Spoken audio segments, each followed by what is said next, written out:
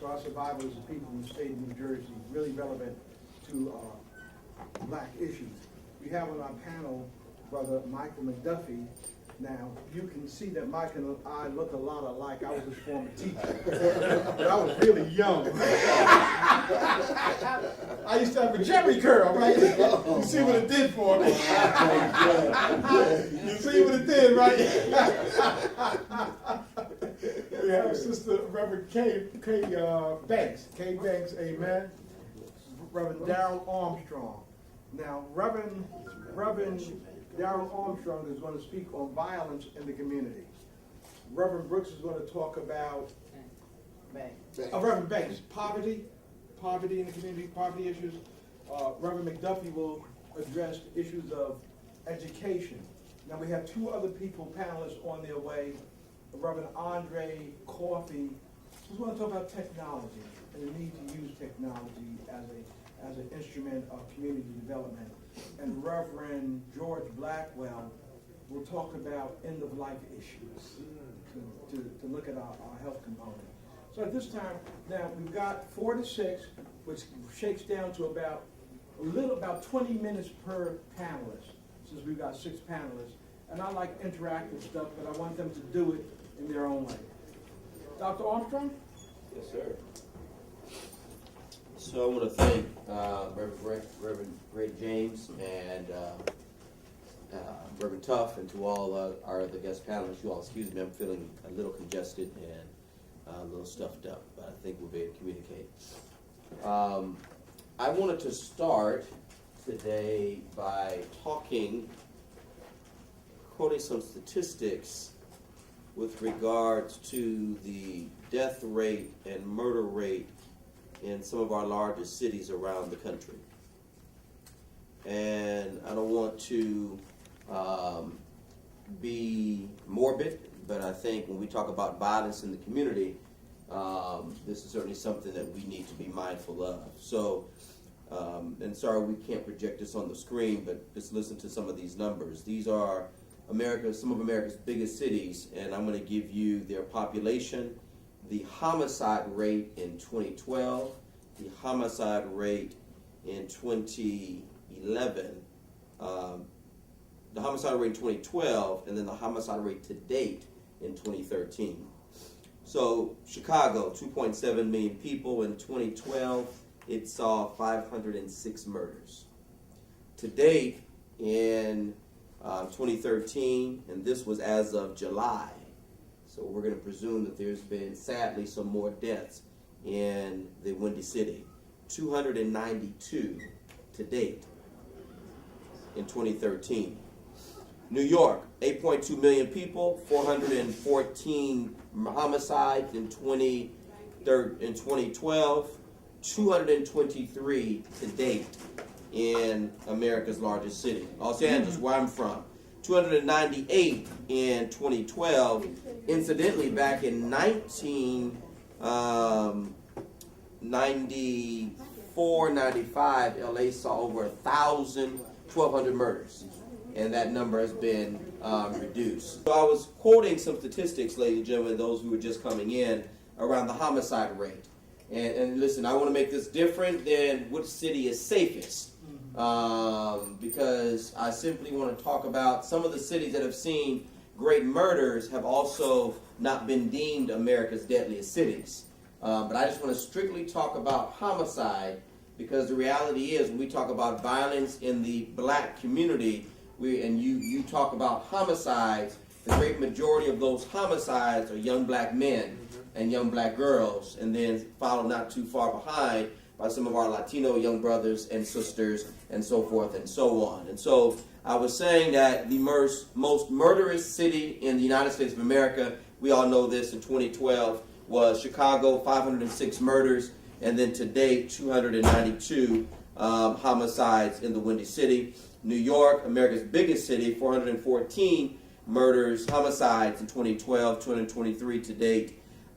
Detroit, 386 murders in 2012 and 195 murders to date, and that only had 713,000 people. So the issue here is not the population of the city. it's the per capita ratio of murders to the number of those who are inhabiting the city.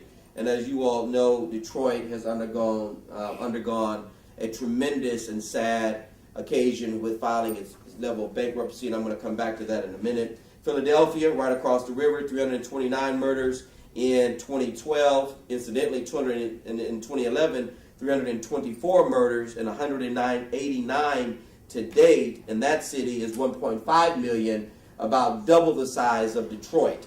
And so you double the size of Detroit, and you've got just over 50 more murders in the city of Detroit than in Philadelphia. And the list goes on and on. New Orleans, 193 murders in 2012, 112 to date. That city only has 343,000 people. St. Louis, Detroit, and incidentally, Memphis, ladies and gentlemen, are known as the top 5 in America's most deadliest cities. And sad. And we know that the incident, the variable, and the factor that is so much linked to the murder rate is the poverty rate. So if you were to go to each of those cities and say, what's the poverty rate in Detroit? What's the poverty rate in LA? What's the poverty rate in Philadelphia? What's the poverty rate? Then we begin to see what's the poverty rate in Memphis, New Orleans, and in Chicago. You clearly begin to see the reality of concentrated poverty breeds violence if it is not given the opportunity or not laden with opportunities for young men and women. So you can't put folk in a concentrated square foot mileage with no opportunities and expect everything to run safely and soundly. And so let's take Trenton, New Jersey. Let's take Newark, New Jersey. Let's take Camden, New Jersey. Right? Trenton has just seen its most murderous year in its existence since the highest rate of homicides in the city of Trenton was in 2005, and that was with 31 murders. To date, we have seen now 33 murders in the city, and we're just now finishing September. And incidentally, in the month of September, we're pleased to say and thankful to God to say there have been no murders. But in August, in one weekend, there were four murders. And so again, that may not sound like huge numbers, 33, but take a city that's only 80,000 people, and you begin to do the per capita rate of murder, and you then see that Trenton ranks in the top 20 of urban areas across the country with the murder rate. And so I did a sermon series not too long ago about, and Deacon Harris and Deacon and Sister Gwendy and a few others of our Shiloh members will recall this, in which I liken our African American young men and women to Ishmael in the Bible. And because Ishmael was the forgotten son, Ishmael was the discarded son, Ishmael was the ejected and rejected son. Ishmael, you ask most black folk, we don't know much about Ishmael, and quite frankly, or ask most white folk, let alone black folk, and we don't talk a lot about Ishmael. We don't preach a lot about Ishmael. Most of us think is that, well, Ishmael has something to do with Muslims, right? And truth be told, that is true. Our Muslim brothers and sisters will trace some religious identity and heritage to Ishmael. And yet I liken Ishmael as a paradigm of the reality that African American lives have been discarded, rejected, peripheralized, and marginalized. And it is when, sadly, we have killings like those in Sandy Hook and Newtown that America's attention on gun violence then comes to the fore. But when a young lady that just marched in the inaugural parade in front of the president, it from Chicago, right, adds to that number of 500 murders, that doesn't seem to gather the nation's attention. And so there is a discrepancy and an inequality in how many of us value the taking of black and brown lives. And so I absolutely believe that we need to speak both to all of Abraham's sons and daughters, right? Not just Isaac, the descendants, right, but Ishmael, and he has some other children, as we've been preaching about. You look at Keturah, he has 6 other children from Keturah. So violence in the African American community is at an all-time high, I believe, because poverty is at an all-time high. And what else contributes to poverty? The issues of jobs. So all of this is interrelated. Where you live dictates where you go to school. Where you go to school dictates if you graduate. If you graduate dictates where you get a good job that earns a living wage. Getting a good job with a living wage dictates whether you can take care of your family and not have to rely and turn to illicit trade and trafficking of weapons and or drugs. And so all of this we're going to hear today is interrelated, and I just wanted to set that tone out there. This is about the 4th time this year that I've spoken about this issue of gun violence, particularly within our community. And last time I was on a cruise with 3,000 black folk. We did Bible study on the ship, and we talked about this and what it means for us to go back to our respective cities all over the country and really begin to draw attention to the issues of guns, drugs, and gangs, right? Because violence in the black community somehow is going to touch on guns, drugs, and gangs. And let me be clear, not the big gangs, not the folk who have planes flying the drugs over from South and Central America.